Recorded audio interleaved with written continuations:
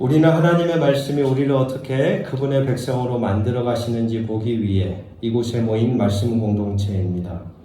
우리 모두 이 사실을 기억합시다. 하나님이 여러분 모두와 늘 함께 하시기를.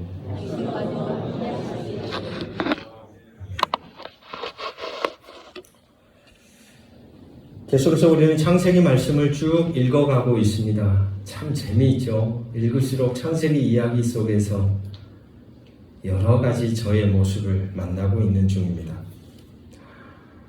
야곱은 오늘 본문 내용처럼 버티는 중입니다. 42장에서 아들들이 이집트에 내려갔다가 옵니다. 그런데 그 이집트 총리가 조건을 달았습니다. 막내 동생 베냐민 데려오지 않으면 다시는 내 얼굴을 못 봐. 그 대신 시므온이 볼모로 잡혀 있습니다. 날이 갈수록 식량은 떨어져 갑니다. 그런데 야곱은 움직이지 않죠. 내 아들은 너희와 함께 내려가지 않을 것이니. 버텼습니다. 아버지로서 그것이 잘못된 것만은 아니겠죠. 마지막 남겨있는 자기가 사랑하는 아들마저 행여나. 그러니까 사람은 트라우마라는 게 무섭지 않습니까? 상처라는 게. 그게 약점이죠. 요셉을 잃었던 그 흔적이 베냐민에게 그대로 투사된 겁니다. 야곱에게 베냐민은 어찌 보면 마지막입니다. 마지막. 요셉을 이미 잃었습니다. 그 베냐민을 보낸다는 건 마지막 남은 것을 내 손에서 이제는 뭐 하는 거예요? 놓아주는 거예요. 그래서 버틴 겁니다. 사람은 마지막 남은 것을 쉽게 내려놓지 못합니다. 오늘 본문은 그렇게 버티던 손이 열리는 이야기입니다. 그리고 그 손이 열리기까지 두 사람의 이야기가 오늘 본문에 등장합니다. 한 사람은 자신을 내주고 또 한 사람은 마지막 것을 내려놓는 두 사람의 이야기가 43장에 있는 말씀의 흐름입니다. 1절을 보십시오. 기근이 그 땅에 심하고. 이 심하다라는 이 말은 무겁다, 아주 혹독하다라는 의미입니다. 견딜 수 있는 불편함이 아니라 한 인간이라는 존재를 짓누르는 엄청난 무게를 의미하는 단어이죠. 2절에서 야곱이 말합니다. 다시 가서 식물을 조금 사와라. 그런데 아들 유다가 대답하죠. 베냐민 없이는 못 갑니다. 계속해서 3절, 4절, 5절에 실랭이가 벌어집니다. 그리고 6절에 야곱이 탓합니다. 어찌하여 너희가 그 사람에게, 그 사람은 요셉 총리입니다. 그 사람에게 아우가 있다고 말해서 나를 해롭게 하냐? 야곱은 상황을 누구 탓으로 돌립니까? 아들들 탓으로 돌립니다. 통제권을 잃어가면서 그것을 인정하지 못하는 사람의 전형적인 흔적입니다. 누군가 탓할 대상을 찾기 시작하는 겁니다. 여기서 한 가지 더 짚어야 할 것은 야곱이 이렇게 탓하는 것은 단순한 짜증이 아닙니다. 그 안에는 이런 마음이 자리하고 있습니다. 내가 통제해야만 해 라는 거예요. 내 삶을 내가 주도해야만 해. 내 삶은 다른 어떤 것에 의해 흘러가면 안 되고 내가 통제하는 대로 흘러가야만 해라고 하는 어찌 보면 이 사람의 욕망이 사랑의 외투를 입고 있습니다. 나는 아이를 지키는 아버지야. 나는 거기에 책임을 다해야 해. 그 마음이 시작이었을 것입니다. 그러나 그 버팀이 결국 지금 결과가 어떻게 일어납니까? 온 가족 전체를 굶어 죽게 만드는 상황으로 내몰고 있다는 사실입니다. 이런 말이 있습니다. 욕망이 있다는 것이 문제의 전부는 아니다. 더 위험한 것은 그 욕망을 알아차리지 못하는 것이다. 그보다 더 위험한 것은 그 알아차리지 못하는 욕망을 신앙의 언어로 포장하는 것이다. 야곱은 몰랐을 겁니다. 자신의 버팀이 사랑으로 시작했지만 어느 순간 통제가 되었다는 것을, 그리고 그 통제가 가족 전체를 힘들게 하고 있다는 것을 몰랐을 겁니다. 기근은 계속 심해집니다. 더 무거워집니다. 더 혹독해집니다. 내일은 우리 모두가 아는 것처럼 5월 18일입니다. 저는 오늘 이 무겁다라는 단어 앞에서 광주를 생각해 봅니다. 그때가 제가 딱 2살이었을 것 같더라고요. 제가 79년도에 태어났으니까 뭐 알았겠습니까? 1980년 5월 18일 광주에 내려앉은 것도 어쩌면 이 혹독한 무거움이었을 겁니다. 존재를 짓누르는 무게였습니다. 국가 권력이 자국 시민에게 총을 겨눈 것은 그 무엇으로 그걸 정당화할 수 있을까요? 그건 분명 악이었습니다. 거리에서 죽어간 것은 비극이었습니다. 어떤 말로, 어떤 논리로 그것을 정당화할 수 있겠습니까, 여러분? 우리는 그 무게 앞에 서야 합니다. 이유를 말하기 전에, 거기에 그 사건에 의미를 부여하기 전에 먼저 그 무거운 무게 앞에 먼저 서야 합니다. 욥의 친구들을 기억하십니까, 여러분? 욥의 고통 앞에서 그들은 곧바로 뭘 했습니까? 이유를 찾으려고 했습니다. 당신이 고통을 당한 이유가 뭔 줄 알아? 이유를 분석하기 시작했습니다. 많은 사람들이 오늘날에도 고통과 아픔의 현장을 보며 이유를 먼저 찾으려고 합니다. 의미를 부여하려고 합니다. 그건 순서가 틀린 겁니다. 욥의 친구들이 욥에게 말했죠. 더 큰 선을 위한 것일 것이다. 나중에 하나님이 어떻게 말씀하십니까? 그 말들에 대해 하나님은 진노하십니다. 너희가 나에 대하여 바르게 말하지 않았다.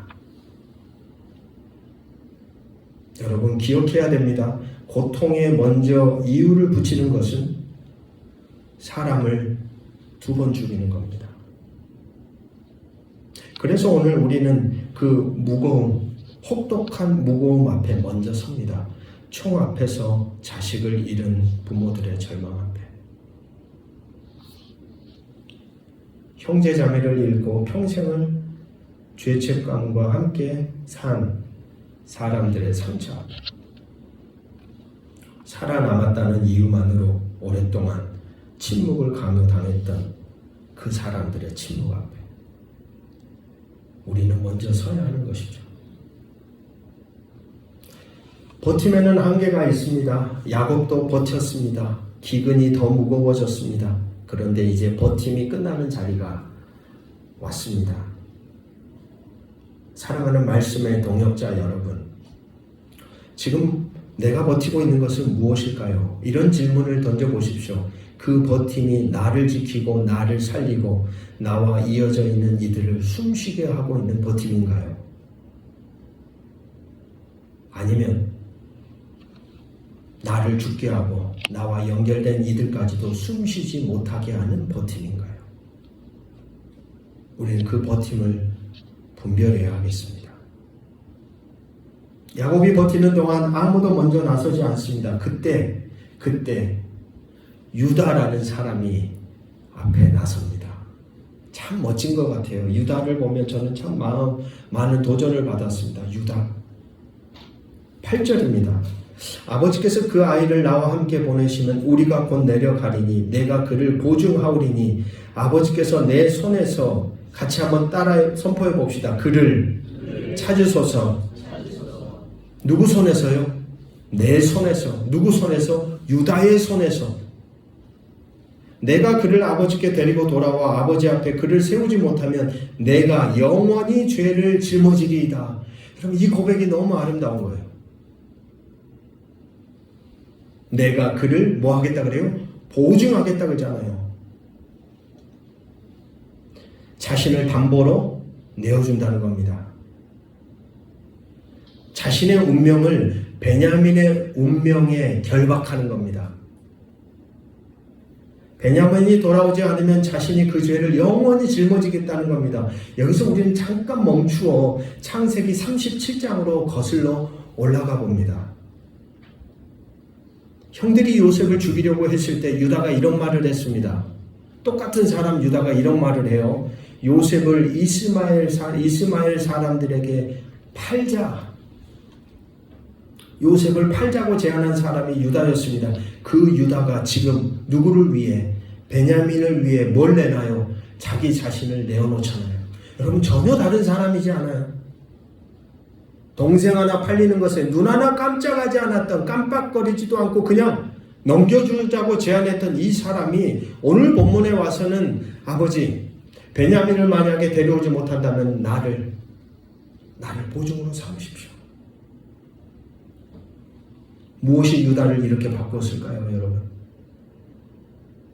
사람은 분명히 변하는 중입니다.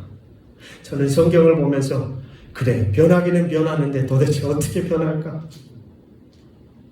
잘 믿고 따르다가 뒤통수 치는 가련 유다가 되기도 하는 것이고, 실수하고 허물투성이지만 다시 회개하고 돌이켜서 진짜 아름다운 존재로, 보석 같은 존재로 빛나는 변화가 있는 것인데, 나이를 먹으면 먹을수록 과연 나는 어떻게 변하고 있을지에 대한 질문이 늘 제 안에 있습니다. 여러분은 어떠신가요? 창세기 37장과 43장 오늘 본문 사이의 시간적 흐름을, 말씀의 순서를 따라 짜보면 대략 22년의 시간이 지났습니다.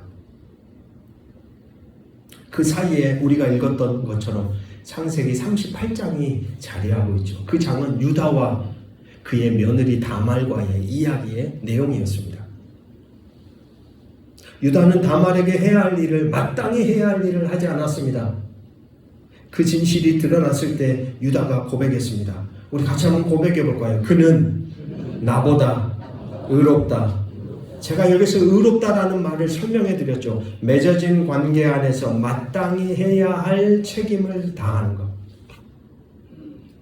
맺어진 관계 안에서, 부부와의 관계 안에서, 남편으로서, 아내로서, 부자와의 관계 안에서, 부모로서, 자녀로서, 성도와의 관계 안에서, 성도들과의 관계 안에서 마땅히 해야 될 책임을 다할 때, 그것을 마땅히 최선을 다할 때 그것을 뭐라고 얘기한다고요?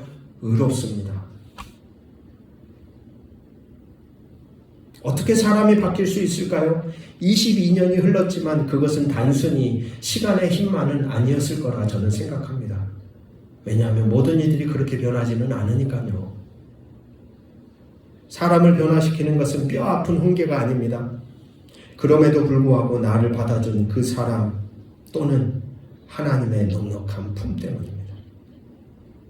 그럼에도 내가 실수해도, 내가 무너지고, 내가 엉뚱하게 행동을 해도, 그럼에도 나를 받아주는 상대의 넉넉한 품이 우리를 바꿔가기 시작합니다. 다말 앞에서 유다의 죄가 드러났습니다. 그런데 그는 살았습니다. 심판받아 마땅한 자리에서 오히려 진실을 말할 수 있었습니다. 그 품이 유다를 바꾼 것입니다. 말없이 눈에 보이지 않게 유다가 달라졌습니다. 그리고 그 변화가 오늘 43장에서 행동으로 드러난 것입니다. 여러분, 진정한 변화는 이렇게 옵니다. 말이 아니라 행동으로, 선언이 아니라 함께 고백해 봅시다. 자신을 내어놓는 것으로. 할렐루야. 진짜 변화는 이렇게 나타나는 것이죠. 10절에 유다가 말합니다. 우리가 이렇게 지체하지 않았더라면 2번 갔다 왔을 겁니다. 아버지. 부드럽지만 단호하게 아버지를 권합니다. 지금은 버틸 때가 아닙니다. 아버지, 우리 다 죽게 생겼습니다. 유다의 이렇게 자기가 대신 그 자리에서 보증을 서는 이러한 삶의 흔적은 43장에서 끝나지 않습니다. 우리가 읽어나갈 44장에서 요셉이 베냐민의 자루에 은잔을 숨겨 시험했을 때 유다는 베냐민 대신 자신이 종이 되겠다고 나서는 자리에 섭니다. 뭔가 변화가 존재 안에 일어났던 것이죠. 43장의 보증이 실제 행동으로 드러나버린 겁니다. 저는 이러한 유다의 흔적 앞에서 5월 18일 우리가 기억해야 할 이름들을 생각합니다. 광주 1980년의 그 자리에도 이런 유다와 같은 사람들이 많았습니다. 무장하지 않은 시민들 곁에 서 있었던 사람들, 부상자들을 업고 뛰었던 사람들, 헌혈하려고 줄을 섰던 사람들, 그들 중 많은 이가 거창한 이유로 그 자리에 있지 않았습니다. 그냥 거기 있었습니다. 그리고 그 자리에서 자신의 운명을 옆 사람의 운명에 결박했습니다.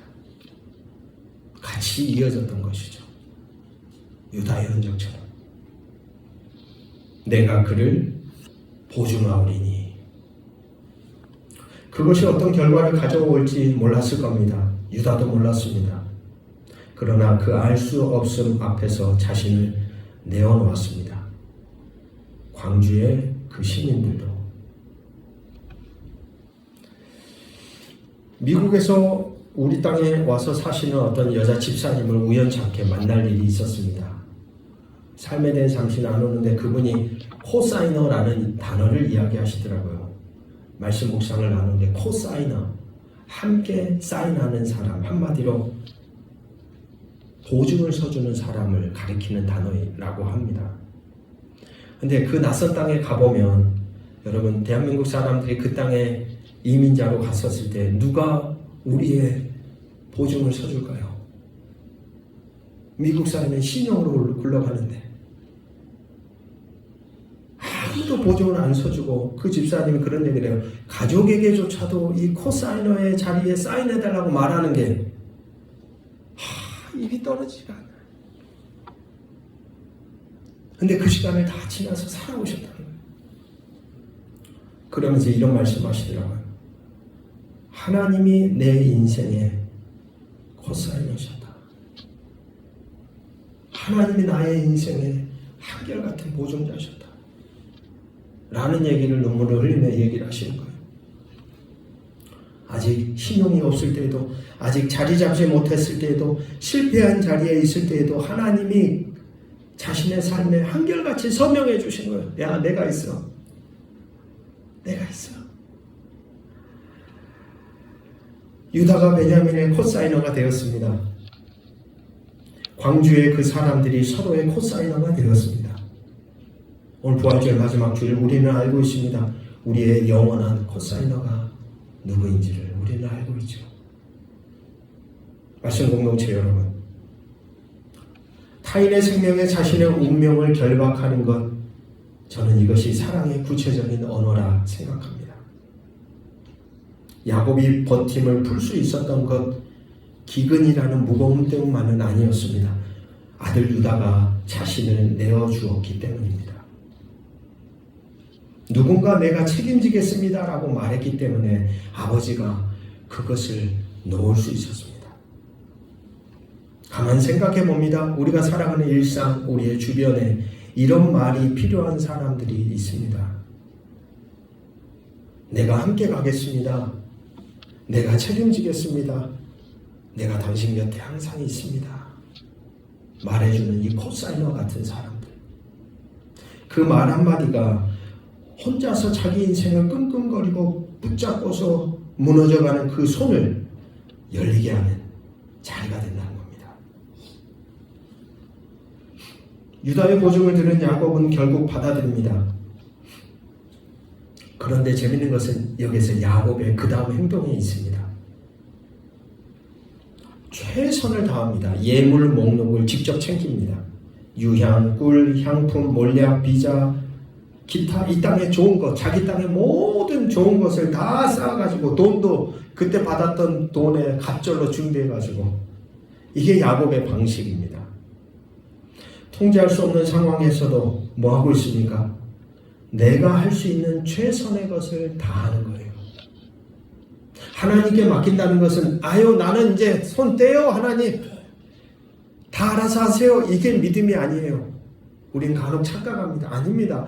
우리가 할 수 있는 최선의 것을 놓지 않고 끝까지 다 하면서 뭘? 결과를 하나님께 맡기는 게 믿음이죠. 야곱의 모습이 꼭 그와 같습니다. 손을 펴기 전에 자기가 할 수 있는 모든 것을 다 쏟아붓습니다. 그리고 14절에 야곱이 이렇게 기도합니다. 전능하신 하나님이 그 사람 앞에서 너희에게 은혜를 베푸사 그가 너희 다른 형제와 베냐민을 돌려보내게 하시기를 원하노라. 내가 자식을 잃게 되면 이르리로다. 여기서 잃으면 이르리다라는 이 히브리의 어감은 어떤 어감이냐면 완료형의 형태입니다. 완료형의 단어입니다. 즉 이미 잃은 것처럼 내려놓겠다는 결단입니다. 아직 일어나지 않은 일을 이미 일어난 것처럼 받아들이고 있습니다. 이것이 내려놓음의 언어입니다. 여러분, 이게 체념일까요? 아닙니다. 여기서 히브리어 단어 하나를 더 기억해 주십시오. 우리가 매주일 우리의 일상 속에서도 자꾸 인용하는 단어입니다. 아멘. 히브리어로는 아만이라는 단어입니다. 아만. 이 단어는 어떤 뜻을 가지고 있냐면 단단히 받치다, 흔들리지 않게 붙잡다라는 뜻입니다. 아기를 꼭 끌어안고 있는 유모의 팔, 아기를 이렇게 딱 안고 있잖아요. 이 팔 자체를 아만이라고 말합니다. 기둥을 받치는 주 춧돌을 아만이라고 합니다. 그러므로 아멘은 맞습니다, 동의합니다 라는 어떤 지적인 동의, 수긍의 의미가 아니라는 겁니다. 그 말의 원래 뜻은 뭐냐? 우리도 한번 고백해 볼까요? 나는 이 말씀에 나의 전부를 기댑니다 라는 의미입니다. 나는 이 말씀에 나의 뭐를? 내 전체를 기댑니다. 그럴 때 뭐라고 표현한다고요? 아멘. 아멘. 야곱이 잃으면 이르리라 라고 바로 말했던 것, 그것은 포기가 아니라 제가 보기엔 아멘입니다. 엘샤다이, 그 하나님의 팔에 자신의 전부를 기대는 것, 불안 속에서도 그 손에 몸을 기대는 것, 이것은 체념이 아니라 하나님을 향한 신탁입니다. 의지입니다. 야곱은 방금 전 무엇을 했습니까? 예물도 챙기고 돈을 갑절로 준비했습니다. 할 수 있는 것을 모두 다 했습니다. 그리고 나서 말합니다. 이제 내 손에서는 할 수 있는 것이 없다. 나는 엘샤다이의 하나님께 나의 모든 것을 맡겨드린다. 전능하신 하나님, 이 이름은 족장시대 하나님의 이름입니다. 아브라함에게 나타나셨을 때, 그리고 이삭이 야곱을 보낼 때, 그리고 베델에서 야곱에게 나타나셨을 때 사용되었던 이름입니다. 야곱은 지금 자신의 힘이 아니라 바로 그 오래된 신앙의 세대 속에서 계속해서 불려져 왔던 엘샤다이 하나님의 이름을 붙잡고 서 있는 것이죠.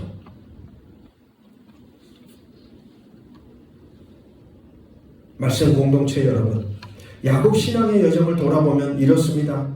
야곱강에서 하나님과 씨름했죠. 환도뼈가 어긋났습니다. 이스라엘이라는 이름을 받았습니다. 그 뒤로도 야곱은 두려워하고 계산합니다. 그러나 43장 마지막에 남은 것을 보내면서 야곱은 말합니다. 잃으면 이르리라. 전능하신 하나님께 맡깁니다. 이게 바로 신앙의 여정의 성숙함을 보여주는 흔적이 아닐까 생각합니다. 더 많이 아는 것이 아닙니다. 더 꼭 쥐는 것이 아닙니다. 신앙의 성숙함이란 더 깊이 내려놓는 겁니다. 내려놓는 것. 그리고 내일 기억할 이름들 앞에서 저는 이 잃으면 이르리라 라는 언어가 또 다른 자리에서도 들린다고 생각합니다. 광주에 어머니들이 있었습니다. 자식을 잃고 다시 돌아오지 않는 이름을 부르며 살아야 했던 어머니들. 설명이 없었습니다. 이유가 없었습니다. 그 어머니들은 그 자리에서 그냥 서 있었습니다. 야곱처럼 할 수 있는 것을 하고 그러고도 할 수 없는 것 앞에 손을 폈습니다. 그 내려놓음이 포기가 아니었다는 것을 우리는 압니다. 그 어머니들은 포기하지 않았습니다. 이름을 불렀습니다. 그리고 진실을 요구했습니다. 해마다 5월이 되면 다시 그 자리에 섭니다. 잃으면 잃으리라는 것은 잃어버리겠다는 말이 아닙니다. 내 손의 힘으로는 더 이상 붙줄 수 없지만 그렇다고 그 이름을 잊지는 않겠다는 말이죠. 오늘 야곱이 몰랐던 것이 있습니다. 이집트에서 총리 요셉은 형제들이 온다는 소식에 43장 30절을 보시면 창자가 끓어오르므로 라고 기록하고 있습니다. 요셉은 형제들이 온다는 소식에 급히 울 곳을 찾아 들어가 웁니다. 창자가 끓어오르는 마음, 자궁에서 나오는 본능적 사랑이 요동치는 의미입니다. 야곱은 전능하신 하나님이 은혜와 긍휼을 베풀어 주시기를 하고 기도했을 때 저 애굽 땅에서는 어떤 일이 있었냐, 그 응답이 준비되고 있었다는 사실입니다. 요셉의 마음이 요동치고 있었다는 거예요. 참 신기하죠. 인생이라는 건 다 제각각 따로따로 알아서 흘러가는 것 같지만 가만히 보면 하나님의 보이지 않는 어떤 손길들의 역사가 그분의 때에 맞게 바람이 불고 일하고 있습니다. 한 신학자가 부활에 대해 이런 말을 합니다. 부활이란 이 세상이 말하는 모든 필연성에 대한 하나님의 거룩한 거절입니다. 보십시오. 베냐민도 잃을 것이다. 시므온도 못 돌아올 것이다. 야곱의 집안은 무너질 것이다. 기근 앞에서 세상이 말하는 필연성이 그와 같은 소리들입니다. 그러나 하나님이 거절하십니다.